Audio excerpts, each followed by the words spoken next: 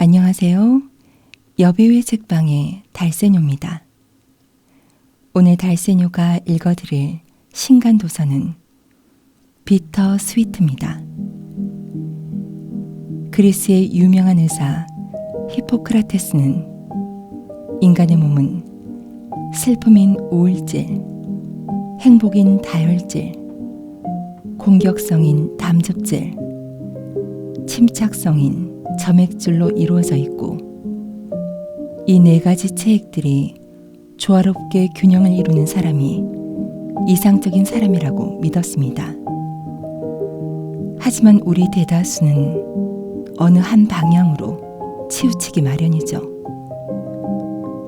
오늘 읽어드릴 비터 스위트의 작가 수전 케이는 이중 우울질, 즉 멜랑콜리의 방향을 맞춰 작가만의 표현 방식인 달콤 씁쓸함에 대해 다루고 있습니다. 진취적이고 싸움을 마다하지 않는 다혈질이나 담즙질에 비해 그리움과 슬픔의 감정에 잘 빠지는 성향인 우울질, 이 달콤 씁쓸함은 퇴보적이고 비생산적으로 보이기 쉽지만 작가는 오히려 이 달콤 씁쓸함을 활용해서 창의성, 양육, 리더십, 사랑과 죽음에 대한 방법들을 변화시킬 수 있다고 얘기합니다. 이 책은 총 9개의 챕터로 이루어져 있는데요. 오늘 달세뇨는 그중 3번째 챕터, 우리는 왜 완벽하고 무조건적인 사랑을 갈망하는가를 읽어드리겠습니다. 그럼 달세뇨가 읽어드리는 불안한 세상을 관통하는 가장 위대한 힘, 달콤 씁쓸함, 비터 스위트, 시작하겠습니다.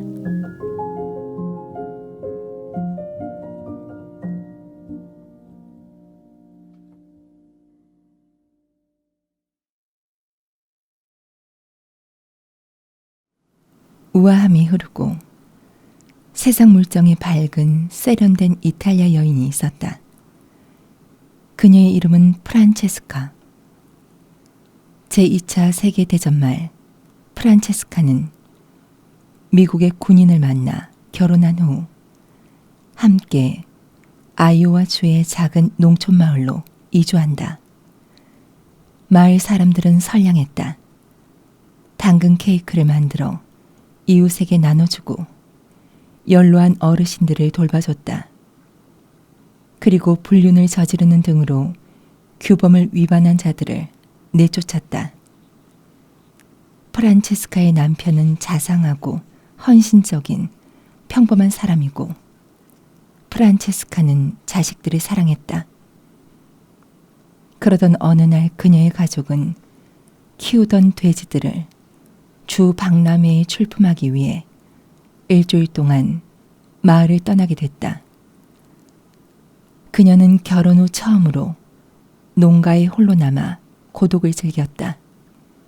적어도 내셔널 지오그래픽의 사진 작가가 문을 두드리며 근처에 명소가 어디에 있는지 묻고 두 사람이 4일간의 격정적 불륜에 빠지기 전까지는 결국 사진 작가는 그녀에게 함께 도망가자고 애원하고 그녀도 짐을 싼다. 하지만 마지막 순간 그녀는 쌌던 짐을 다시 푼다. 그리고 자신은 결혼한 몸이고 자식들이 있다는 점과 마을 사람들이 자신을 지켜보던 시선이 걸려서 떠나지 못하겠다고 한다. 그런 이유 때문만은 아니다. 자신과 그 사진 작가가 이미 서로를 완벽하고 아름다운 세계로 데려가 주었음을 알기 때문이기도 하다. 이제는 현실 세계로 내려와야 할 때라는 것도 안다.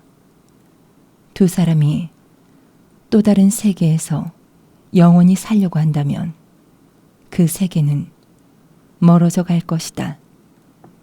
애초에 없었던 것처럼 말이다. 그녀는 작별을 고하고 두 사람은 남은 평생토록 서로를 갈망한다. 그리고 그 만남으로 프란체스카는 삶을 묵묵히 버텨나갈 힘을 얻고 사진작가는 새로운 창의성을 얻는다. 수년 후 그는 죽음에 임박해 그녀에게 자신의 사진집을 보내며 두 사람이 함께했던 사이를 기린다. 익숙한 이야기 같다면 메디슨 카운티의 다리가 이야기의 출처이기 때문이다.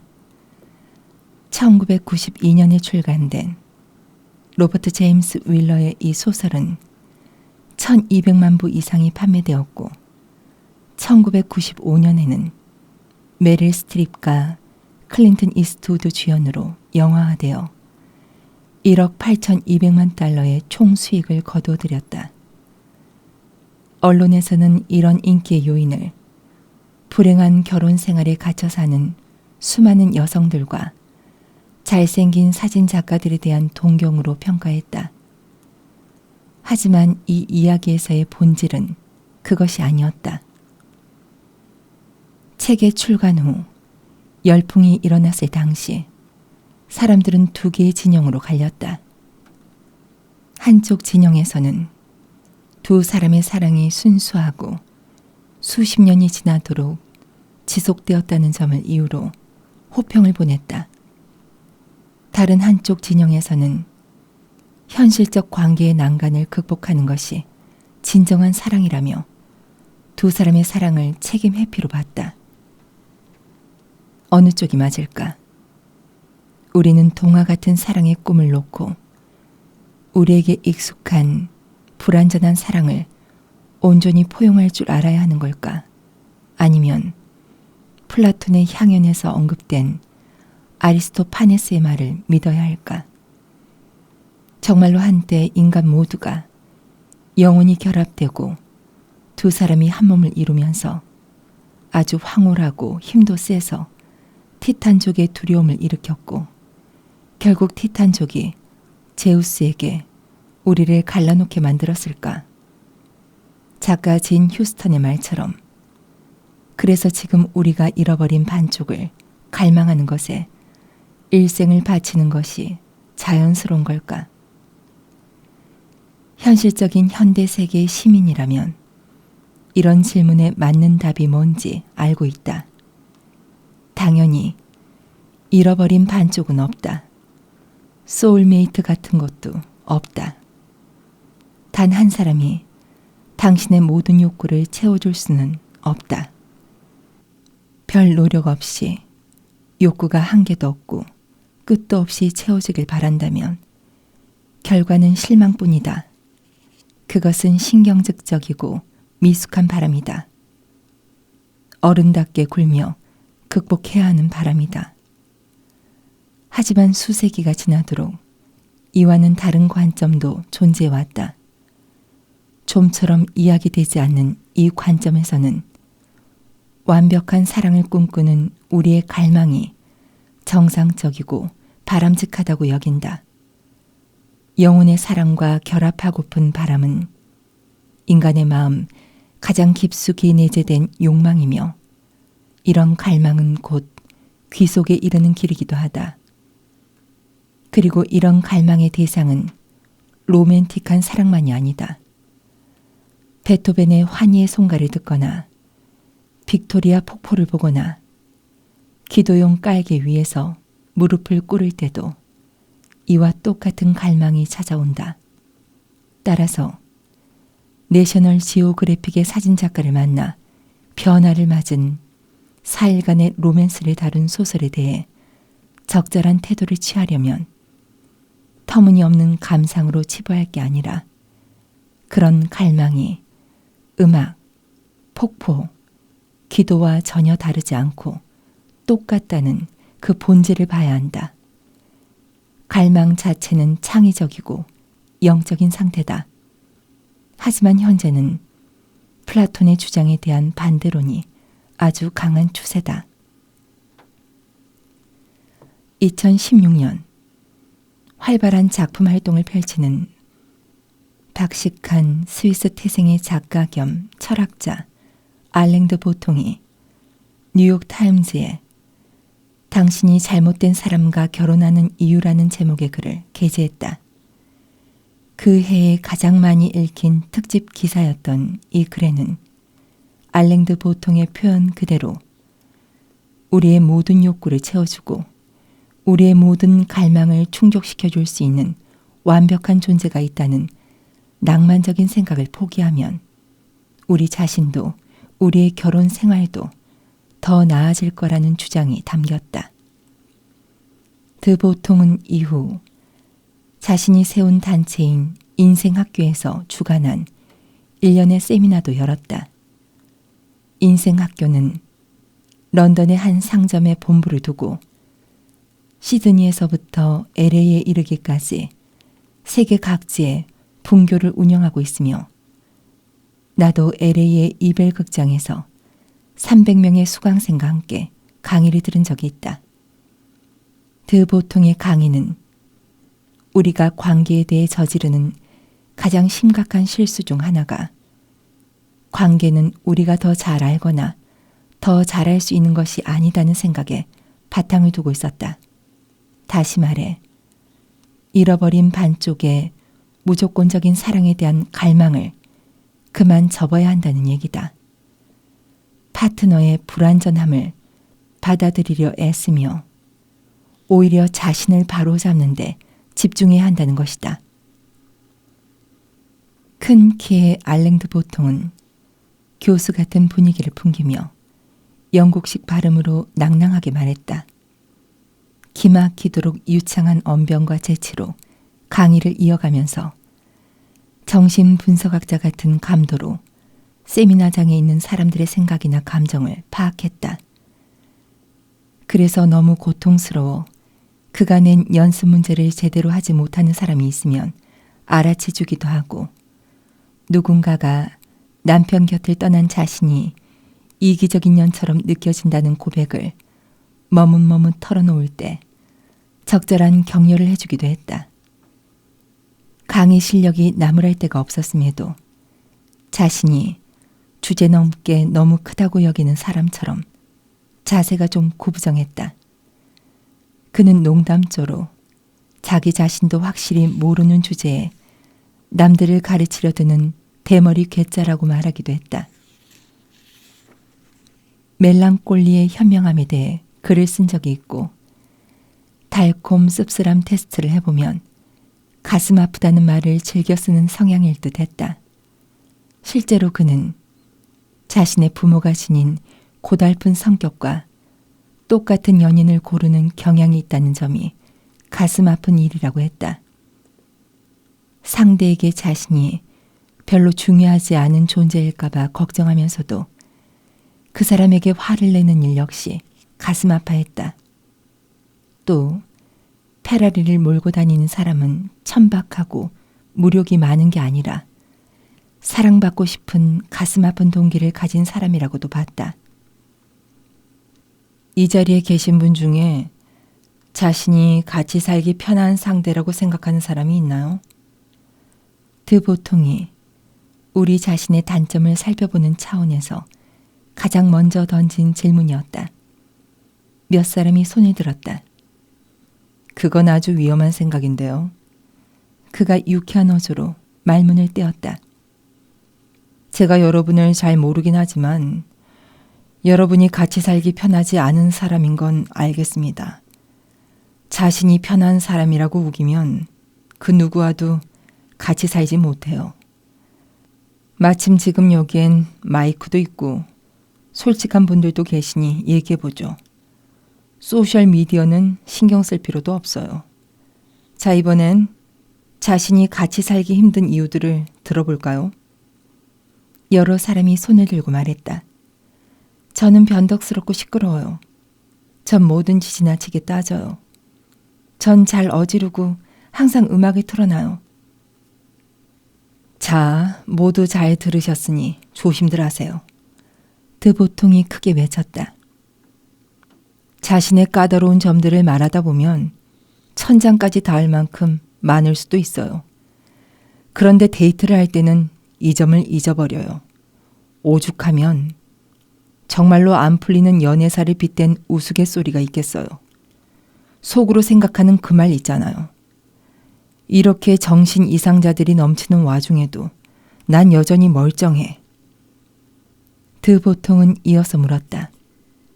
지금 이 자리에 자신의 있는 모습 그대로 사랑받고 싶은 분이 있나요? 자신의 모습 그대로 사랑받고 싶다면 손을 들어보세요. 이번에도 여러 사람이 손을 들었다. 이런, 아직도 더 얘기를 해야겠군요. 드보통이 핀잔조로 말했다. 지금까지 제 얘기를 전혀 귀담아 듣지 않은 건가요? 어떻게 있는 모습 그대로 사랑받을 수 있죠? 여러분은 큰 결함을 가진 인간이에요.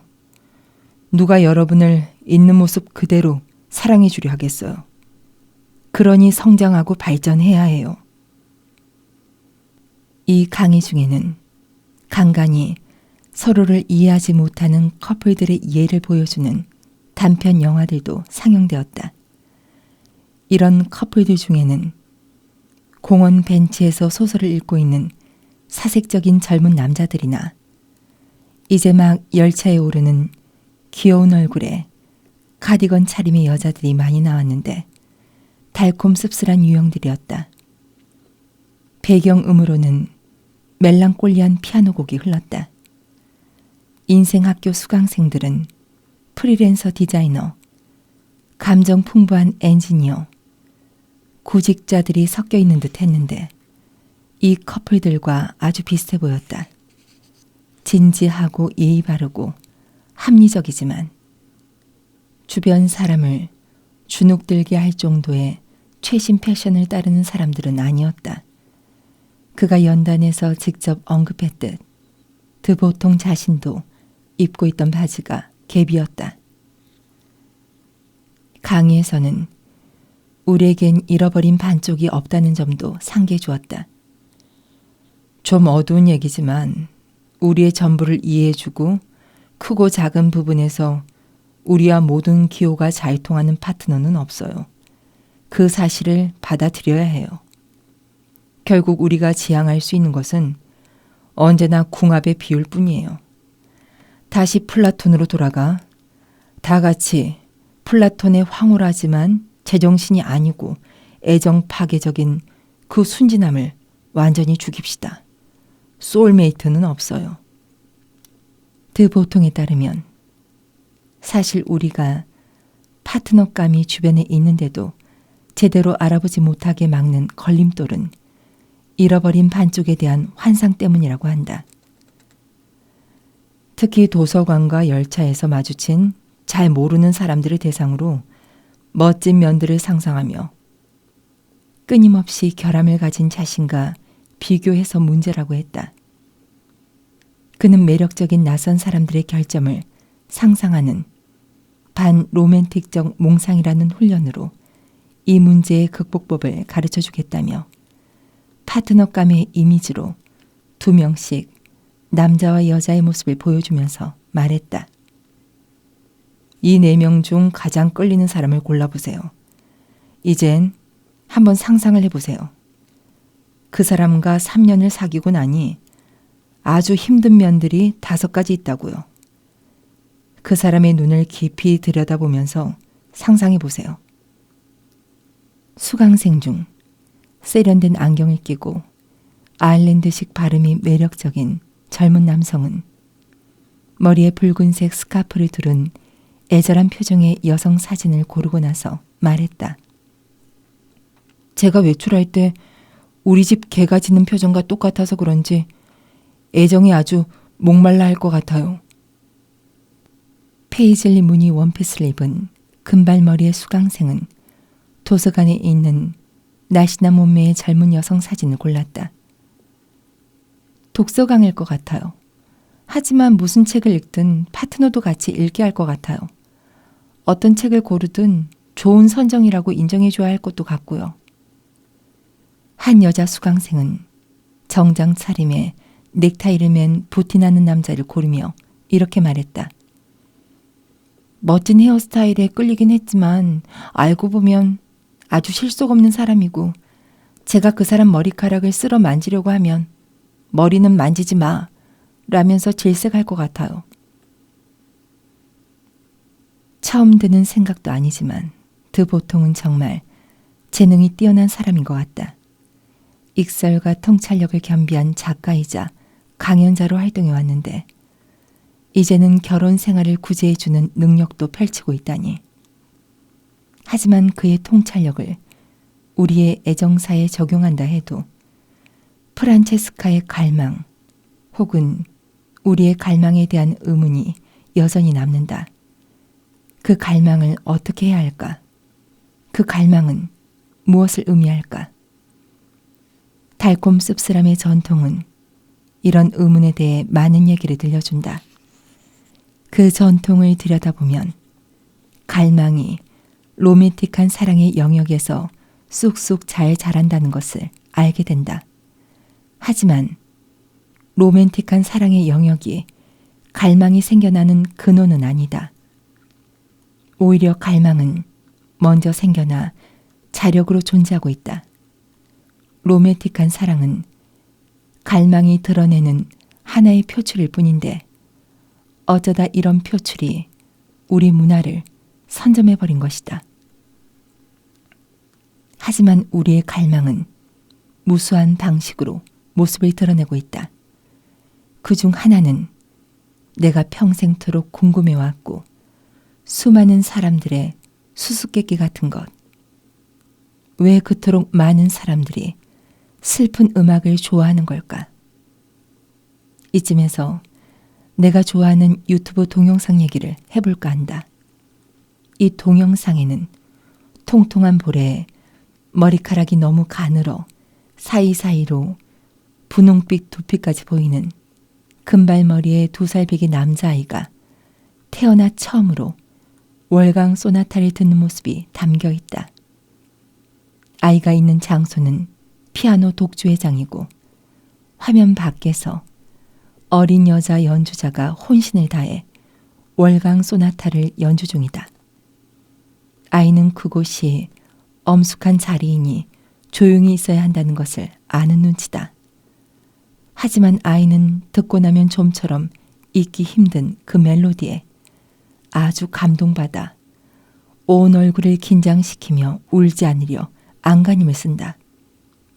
그러다 급기야 훌쩍훌쩍 울음을 터뜨리고 아이의 볼 위로 조용히 눈물이 흘러내린다. 이 곡에 대한 아이의 반응에는 거의 성스러울 정도의 심오한 뭔가가 느껴진다. 이 동영상은 입소문을 타고 퍼져나가 아이의 눈물에 담긴 의미를 두고 이런저런 해석을 내놓는 댓글들이 수없이 달렸다. 이따금씩 달리는 불쾌한 댓글을 제외하면 대부분의 사람들은 인간성의 극치와 아이의 슬픔 속에 비밀 코드처럼 깔려있는 심오한 의문들을 느끼는 듯 했다. 어쩌면 슬픔이라는 말도 적절한 표현은 아닐지 모른다. 실제로 댓글을 단 사람들 중에는 아이의 감수성을 얘기하는 이들도 있었는가 하면 공감력이나 환희에 대해 얘기하는 이들도 있었다. 한 사람은 강렬한 기쁨과 슬픔이 역설적이고 신비롭게 뒤섞인 그 곡에 대한 아이의 반응에 놀라워했다. 이런 반응들 덕분에 수세대 사람들의 삶이 가치를 발휘해온 것이다. 나에겐 이런 생각이 가장 정답에 가깝게 느껴진다. 그런데 월강 소나타 같은 달콤 씁쓸한 음악이 칭송받는 이유는 정확히 뭘까? 어떻게 같은 곡이 기쁨과 슬픔, 사랑과 상실을 동시에 전할 수 있을까? 또 우리는 왜 그런 음악에 끌리는 걸까? 밝혀진 바에 따르면 이 아이처럼 느끼는 사람들이 많이 있다.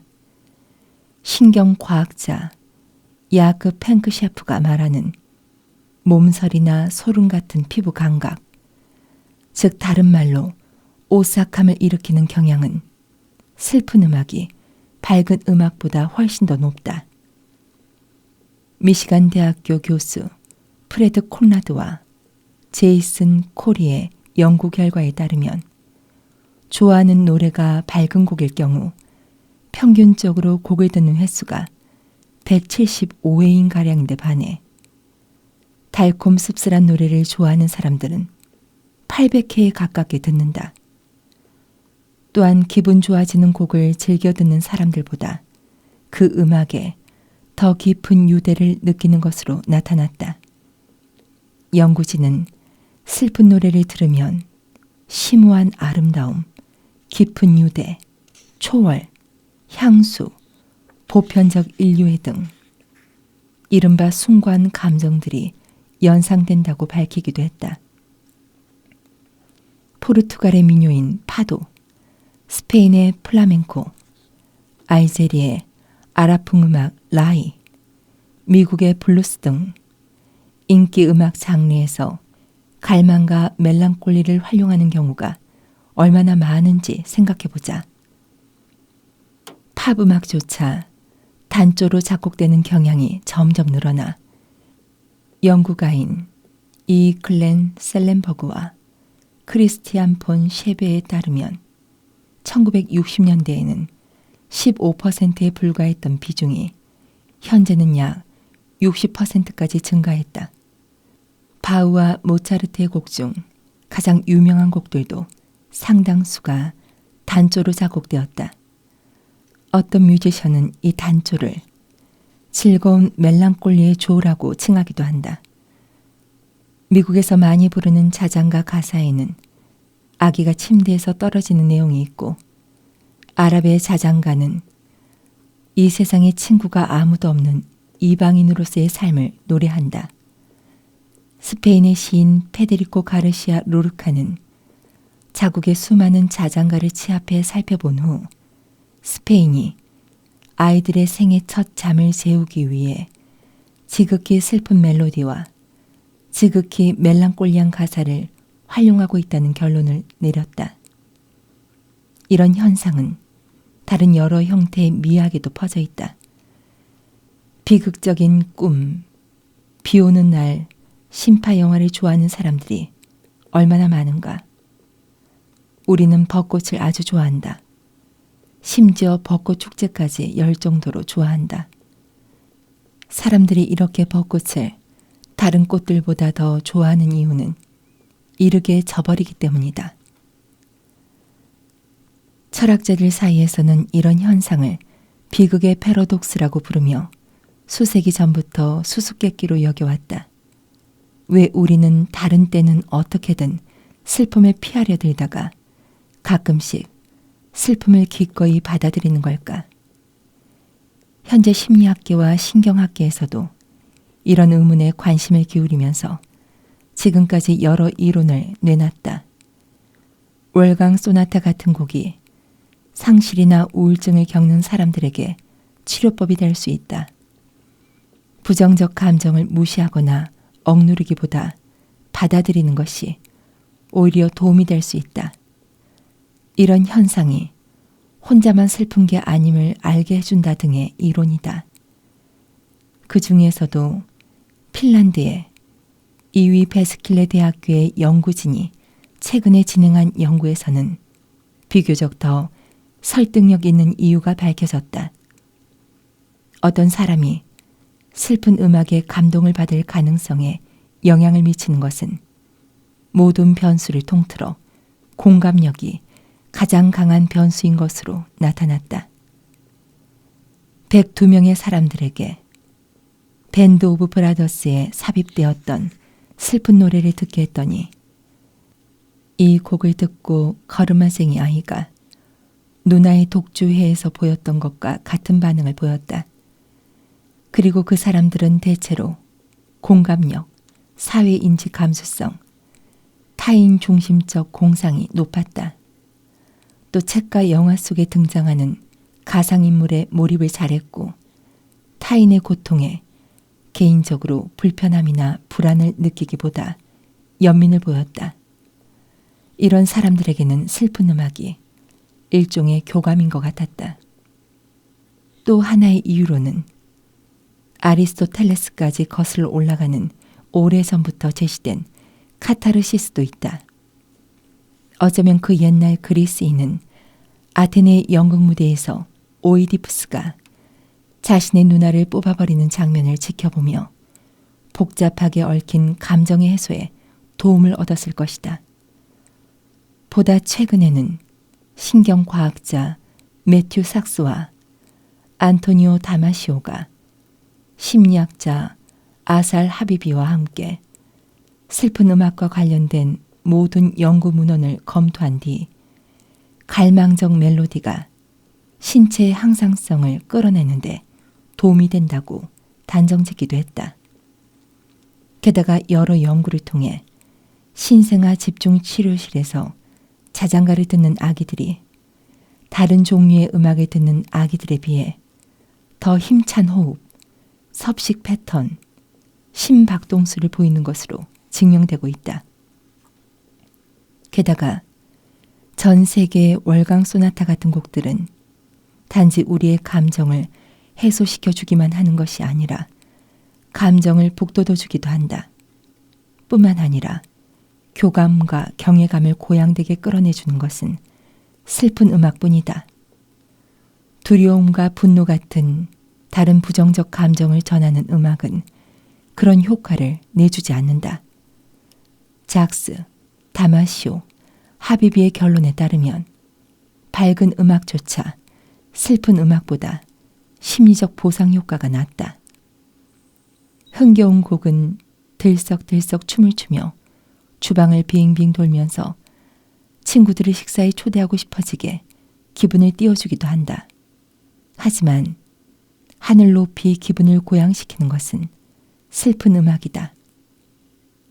하지만 나는 비극의 패러독스를 설명하는 이런 일관된 이론 역시 언뜻 생각하기엔 간단한 문제 같지만 더 짚고 넘어갈 문제가 있다고 본다. 사실 우리는 비극 그 자체를 받아들이는 것이 아니다. 우리가 좋아하는 것은 슬프지만 동시에 아름다운 것, 즉 씁쓸함과 달콤함의 어우러짐이다. 이를테면 우리는 슬픈 단어가 나열된 목록이나 슬픈 얼굴들의 슬라이드 쇼 같은 것에서는 오싹한 전율을 느끼지 않는다. 우리가 좋아하는 것은 애수 어린 시, 안개 덮인 바닷가 도시, 구름을 뚫고 치솟은 뾰족탑이다. 다시 말해 결속에 대한 갈망과 더 완벽하고 아름다운 세상에 대한 갈망을 표출하는 예술 양식을 좋아한다. 월강 소나타를 듣는 순간 묘한 슬픔의 전율을 느낀다면 우리는 사랑에 대한 갈망을 경험하는 것이다. 연약하고 순간적이지만 소중하고 초월적인 사랑에 대한 갈망 말이다. 갈망을 성스럽고 생성력이 있는 힘으로 바라보는 개념은 긍정을 강요하는 미국 문화에서는 아주 이상하게 비춰진다. 하지만 이런 개념은 수세기에 걸쳐 수많은 이름과 다양한 형태를 취하면서 세계 곳곳에 전해져 왔다. 오래전부터 작가, 예술가, 신비론자, 철학자들이 갈망을 이런 개념으로 표명하려 애써왔고 그중 한 예로 가르시아 로르카는 갈망을 모든 사람이 느끼지만 그 어떤 철학자도 설명하지 못하는 신비로운 힘이라고 칭했다. 고대 그리스인들은 이러한 갈망을 포토스라 칭했고 플라톤은 이 포토스를 가질 수 없는 황홀한 어떤 것을 동경하는 열망으로 정의했다. 포토스는 훌륭하고 아름다운 모든 것에 대한 목마름이었다. 상황에 구속당하는 하찮은 존재였던 인간이 포토스의 영감을 자극받아 고차원적 현실을 붙잡으려 손을 뻗는 것이었다. 포토스의 개념은 사랑과 죽음 모두와 연관되어 있었다. 그리스 신화에서 포토스는 히메로스와 형제였고 에로스의 아들이었는가 하면 포토스가 이룰 수 없는 것을 갈구하는 속성을 띠고 있어 그리스인의 무덤에 놓인 꽃을 일컫는 말로 쓰이기도 했다. 이런 갈망의 상태는 현대인에게는 소극적이고 우울하고 무기력한 인상을 주지만 고대 그리스에서 포토스는 의욕을 돋우는 힘으로 받아들여졌다. 젊은 시절에 알렉산더 대왕은 강둑에 앉아 먼 곳을 응시하며 스스로 포토스에 사로잡혔다고 말했고 호메로스의 오디세이에서도 배가 난파되며 오디세우스가 고향을 갈망하면서 이야기가 활기를 띠게 되는 계기도 포토스였다. 작가인 C.S. 루이스는 갈망을 뭔지 모르는 것에 대한 슬픔을 가눌 수 없는 갈망, 즉 젠주흐트라고 일컬었다. 다스 제넨과 주흐트라는 단어에서 따온 독일어 용어인 젠주흐트는 루이스의 삶과 작품 활동에 생기를 불어넣은 힘이었다. 이름 붙일 수 없는 어떤 것이자 모닥불 타는 내음, 머리 위로 날아가는 청둥오리 떼소리, 세상 끝의 우물이라는 책 제목, 쿠블라 칸의 첫 시구절, 늦여름 아침의 거미집, 내리치는 파도 소리 같은 것에 마주하는 순간 검처럼 날카롭게 찔러오는 열망이었다. 루이스가 이런 열망을 처음 느낀 것은 어린 소년이었을 때였다. 형이 오래된 비스킷 깡통에 이끼와 꽃을 심은 소꿉장난용 정원을 가져왔을 때 순간 루이스는 기쁨의 고통에 압도되었다. 어떻게 설명할 수 없는 감정을 느낀 후 루이스는 남은 평생토록 그 느낌을 말로 표현하고 그 근원을 찾고 경이로운 그 찌르는 듯 날카로운 기쁨에 자신처럼 친숙한 동료의 사람들을 찾으려 힘썼다. 이런 갈망을 우주의 미스터리에 대한 답으로 표현하는 이들도 있다. 한예로 예술가인 피터 루시아는 젠주흐트에 대해 이렇게 썼다. 나는 삶, 사랑, 죽음, 택하거나 택하지 않은 인생 행로의 비밀, 즉 우주의 비밀이 가슴 저미도록 아름다운 기운 속에 어떤 식으로든 어우러져 있다고 느낀다. 내가 좋아하는 뮤지션 레너드 코헨도 자신이 좋아하는 시인 가르시아 로르카를 통해 가르침을 얻어 자신이 이 마음 아픈 우주의 한가운데에 존재하는 마음 아픈 피조물인 점을 생각하며 그 아픔이 괜찮았다. 괜찮기만 한 게 아니라 그 아픔이 해와 달을 품을 방식이기도 함을 깨달았다. 프란체스카와 내셔널 지오그래픽 사진작가의 이야기에도 나타나 있듯 갈망은 곧잘 육체적 사랑의 형태로 모습을 드러낸다. 소설가 마크 멀리스는 거부할 수 없는 누군가를 만나 생기는 이런 수수께끼 같은 고통을 다음과 같이 묘사했다. 혹시 아는가? 때때로 어떤 남자를 만나 자신이 정말 그 사람과 자고 싶은 건지 혹은 정말 울고 싶은 건지 혼란스러워질 때의 심정을 그 사람을 가질 수 없어서가 아니라 가질 수 있을지도 모른다는 생각 때문에 혼란스럽다. 하지만 이내 그 사람에게서 그 사람을 갖는 것 이상의 뭔가를 느끼게 된다. 거위의 배를 갈라 황금알을 얻을 수 없는 것처럼 잠자리를 갖는 것으로는 이룰 수 없는 그 뭔가를. 그래서 울고 싶어진다. 어린아이 같은 울음이 아니라 고향이 생각나는 망명자 같은 울음을. 피로스를 처음 봤을 때 레오콘의 마음이 꼭 그랬다. 우리가 있어야 할 또 다른 곳, 우리가 태어나기 전에 추방된 그 물가를 얼핏 본 듯했다. 갈망은 최고의 뮤즈이기도 하다. 다음은 작곡가이자 시인인 닉 케이브의 말이다. 내 예술 생활의 구심점은 열망, 아니 더 정확히 말해 내 뼈 사이로 휘파람을 불고 내 피 속을 타고 흥얼거려온 상실과 갈망의 감정을 분명하게 표현해내고픈 욕망이다. 피아니스트이자 가수인 니나 시몬은 정의와 사랑에 대한 갈망으로 가득 채워진 음악을 노래해 소울의 대사로 불렀다. 스페인어에서는 이런 갈망을 두엔데라는 말로 칭하는데 플라멩코 춤을 비롯한 그 외의 정열적 예술의 중심에 있는 것이 바로 이 갈망적이고 강렬한 두엔데다. 포르투갈어에는 사우다드라는 개념이 있다. 대체로 음악적 표현으로 쓰이며 오래전에 사라지고 어쩌면 애초부터 존재하지 않았을 수도 있는 아주 소중한 어떤 것에 대한 달콤하게 가슴을 찔러오는 향수를 뜻한다.